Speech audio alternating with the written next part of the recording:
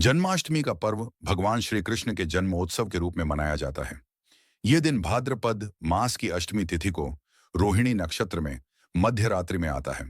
भगवान कृष्ण को लड्डू गोपाल, बाल गोपाल, कन्हैया, नंदलाल के नाम से भी जाना जाता है। शास्त्रों के अनुसार इस दिन व्रत रखना, रात्रि जागरण करना और कृष्ण जन्म के समय विशेष पूजा करना शुभ माना जाता है। आधुनिक समय में कई भक्त कृष्ण जी का जन्मदिन ऐसे मनाते हैं जैसे घर के किसी प्यारे बच्चे का जन्मदिन, जिसमें केक काटने की परंपरा भी जुड़ गई है। तैयारी के नियम, पूजा और सजावट, घर और मंदिर की सफाई।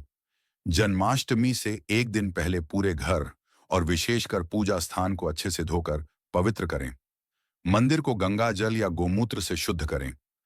सजावट, फूलों की माला, आम के पत्तों का तोरण, रंग बिरंगी झालर और लाइटें लगाएं। झूले को साफ करके उस पर नया कपड़ा, मोतियों की माला और गुब्बारे सजाएं। राधा कृष्ण की तस्वीरें या पेंटिंग्स भी सजावट में शामिल करें। वस्त्र और आभूषण, लड्डू गोपाल जी के लिए नए वस्त्र रखें।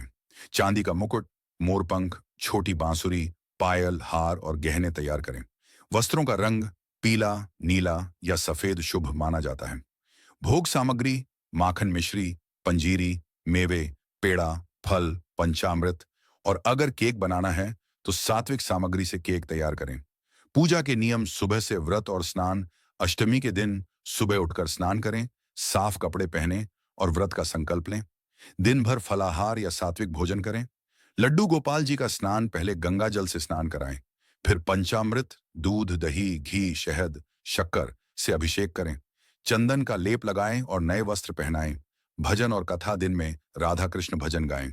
भागवत कथा या श्री कृष्ण लीला का पाठ करें। रात्रि जागरण, रात 12 बजे जन्म समय तक जागते रहें। इस समय मंदिर में घंटी, शंख और नंद के आनंद भयों का गान करें।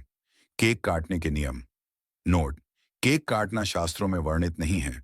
यह आधुनिक भक्तों का भक्ति का नया रूप है, लेकिन इसे भी सात्विक और सम्मानजनक तरीके से करना चाहिए।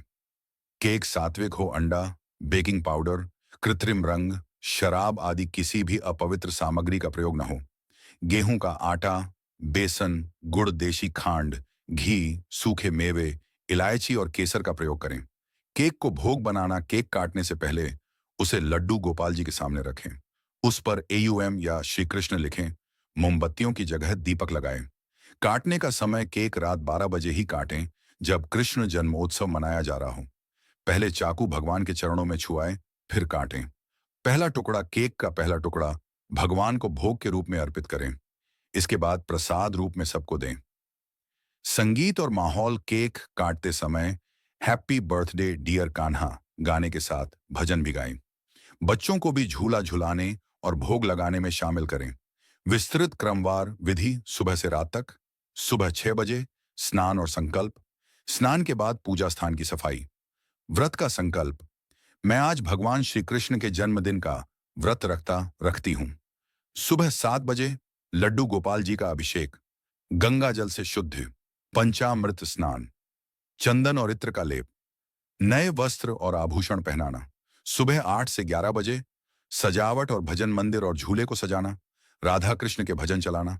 दोपहर कथा और भोग, श्री कृष्ण जन्म की कथा सुनाना, माखन मिश्री और फल का भोग लगाना। शाम दीप सज्जा और लाइटिंग, घर और मंदिर में दीप जलाना, लाइटें और झालर जलाना। रात 11 बजे तैयारी चरम पर, भजन कीर्तन शुरू, केक, पंचामृत, भोग सब तैयार। रात 12 बजे जन्मोत्सव और केक कटिंग, नंद के आनंद भैयों का गान, लड्डू गोपाल जी को झूला झुलाना। केक काटना, पहला टुकड़ा भगवान को। प्रसाद वितरण। विशेष ध्यान देने योग्य बातें: शुद्धता, पूजा और केक दोनों में सात्विकता बनी रहे।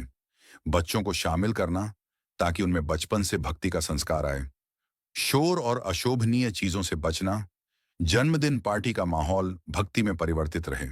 अगले दिन अर्पित भोग का सेवन। जो भी भोग या केक भगवान को अर्पित किया गया है, उसे प्रसाद मानकर ग्रहण करें। केक की सात्विक रेसिपी।